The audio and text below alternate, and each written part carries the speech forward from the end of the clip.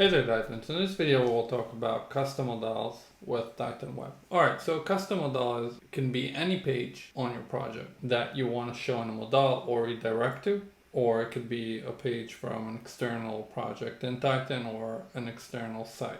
One thing to notice with custom modals is that we need to interact with them differently since we're showing a page in a modal and that page has its own context. So you want to limit the use of global variables when you want to affect, like, let's say the parent page, or you want to affect the child page from the parent page that's showing the modal. We want to communicate using page variables, and this is very important. And also, like, running actions from the modal on the parent page should be done through setting page variables on each page. Okay, so what we want to do in this simple demonstration is have a table of contacts, and what I want to do is to be able from a button to add a contact with showing custom modal. Now, custom modals in general should be used only when you have a very complex design or a page that contains a lot of elements and it's complex. Then custom modals should be used. Otherwise, if it's like really simple, just like what I'm going to do here for this demonstration, you could use Titan Web native modals, which will perform amazingly. All right, so first thing we will do here is add our new page. And in this page, we'll throw in a form. This is good. And I'm just gonna disable the parent resize because I don't have any dynamic data here, but really keep it on if it's needed. Okay, and all we will do here is a couple of text fields. This one can be first name.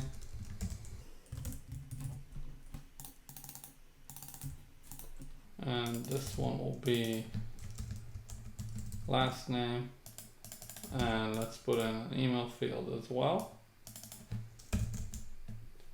and we can throw in a button to push the contact.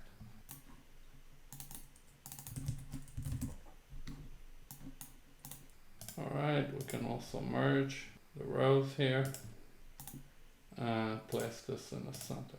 Perfect.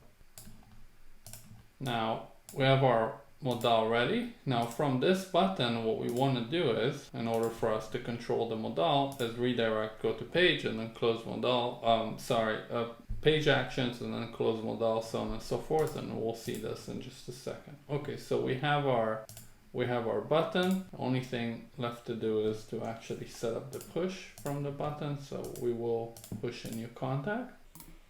So we'll create a new push and we will say contact.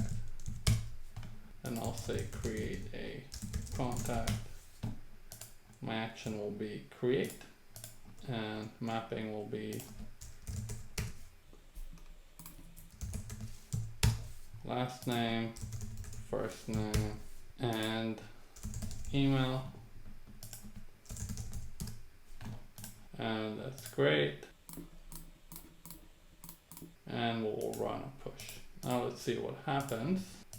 Save this, and I'll head over to my home page. Let's give this a quick name. We'll say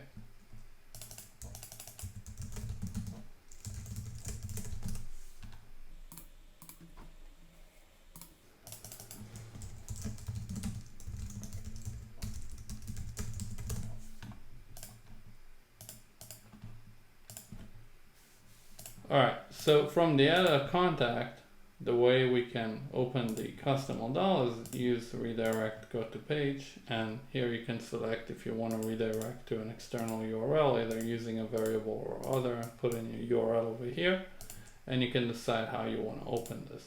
In our instance, we'll do internal page, so we want to open the create new contact page, and here you could decide if you want to actually redirect to it or open in a modal. Whenever you select a modal, we will use set parameters. This is super important, especially on the way back from the modal to the parent. And obviously, if you want to, let's say if we wanted to update a contact here, this is where we set it. We can set the width and height, and also could be a dynamic size according to each device that this will open with. We could hide the header of the modal, not allow redirects in the modal, and decide the position of the modal. You also have force embed position. If you have modal within a modal, then this is a great thing to use. Okay, so we will do here, let's say 8, let's do 1000 by 1000, and we will insert, this will open our modal. Okay, let's take a quick preview here, and we'll click add a contact, and we exaggerated a little bit with the size here, but what we will do is test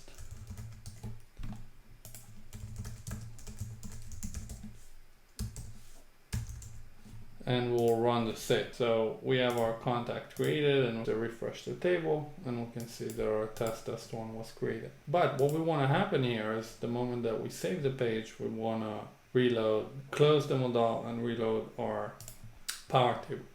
So I'll show you the right way to do it, and we will also cover a little bit of the things that we don't want to do. Okay, so first thing we will do on our modal page, we want to add a variable.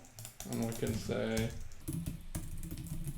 let's do created contact ID. And that's great. And let's add a contact ID just in case we want to. I'll show you how to pass variables to it also. Okay, so we have the variable, that's great. On our push, we want to map to the created contact ID. And then our next action, and this is again on our create new contact modal page, we want to do page actions, and we will say close modal, enable, and this is super important. We want to, in order for us to interact with the parent page, we want to set a variable to it. We'll do that in just a minute. One thing we don't want to do here, in some instances it will work, but as a general rule you shouldn't do it.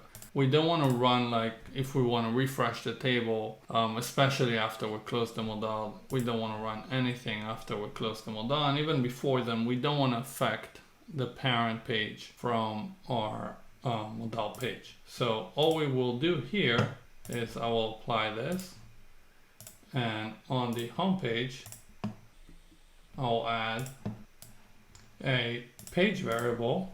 And again, super important to do this on a page variable. We don't want to set to a global variable and then from the global variable run a refresh to the table. We want to do it on the page itself. We could call this refresh table or anything like that, but let's just do created contact ID or contact, or just created contact. Doesn't really matter. Then we want to set a condition, and again, super important, we don't want to do it in the every time action, because the every time action will run every time the page loads, and when you close a modal and set a value to it, the page is not loaded, so these here are not going to run. So we want to set it in the condition tab, and we want to have a condition on the created contact on our page. So this is the home page, created contact is not empty, and we can do is changed as well. Then we could run our table interactivity and select the refresh action, refresh table, and obviously you could run any action you need to run. And we will select our table and hit next and insert. The only thing we have left to do is to assign a value to it. So page actions, close modal, enable set parent parameters, edit parameter.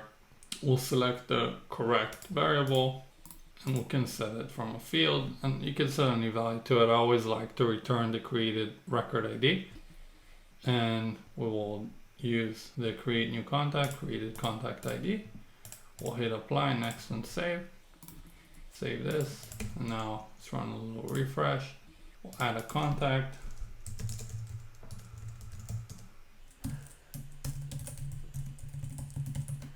And save it. Now what will happen is that it closed our modal, refreshed the table, and obviously if we look at the debug, we can see that the created contact was populated and everything is great. Now we could do the same, we could apply the same logic to our get here. So what we can do, if we want to pre-populate, then we can obviously run an update instead of create or upsert, so on and so forth. what we will do here is we'll head over to our page variables, and we had a contact ID here. This, let's say we want to receive from the parent, and then we can say, have a condition here, say if this contact ID is not empty, then all we want to do is run a get and populate the fields. So we will create a new get, and we will say contact. Now we will say user action. My condition will be contact ID equals the contact ID, and our mapping is first name,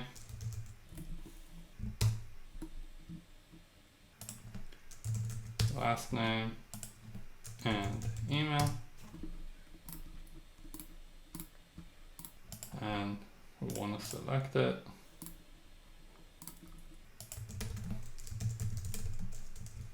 Just give it a little tag.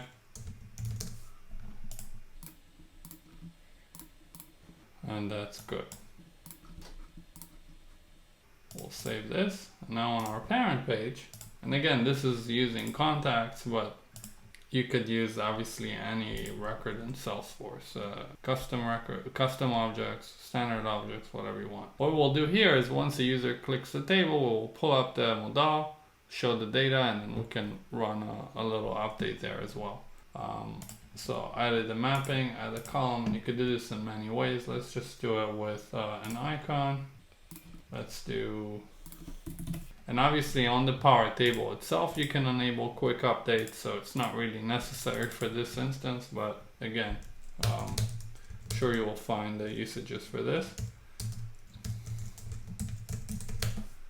And we will apply this. Before then, let's configure the on-click action. So on-click, we want to do the same thing, redirect to modal, create new contact, open in modal, and let's do it 1000 by, I don't know, 450. So we exaggerated on the size last time, and we want to do set parameters. And now we will pass our contact ID and pass it to our page variable contact ID.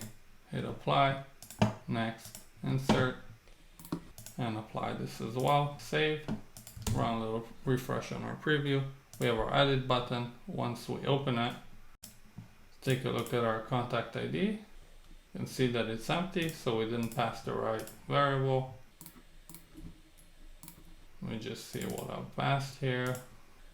Yeah, this is silly. I selected the wrong variable, so we want to use the Power Table value, which holds my the current row value, which is contact ID in this instance.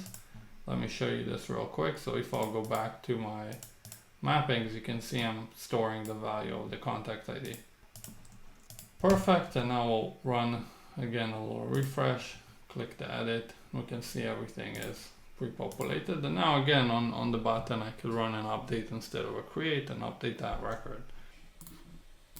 All right, so that's pretty much a wrap. This is a very simple use case. And again, you want to use custom modals, A, when you have a complex UI to show. Otherwise, you could use our native modals. And B, always remember how to communicate between the pages. And this is super important. Pass variables to the modal page and then pass variables back to the parent page. Any actions that you want to run on each page, the modal or the parent, run on page variables from that page and not run actions from the modal to the parent or set global variables and then a condition on the global variable to run the condition. But if you'll do this, you don't know exactly when the rule will run, which page you'll be on, so on and so forth. Always best practice with when working with custom modals is passing variables between the two pages.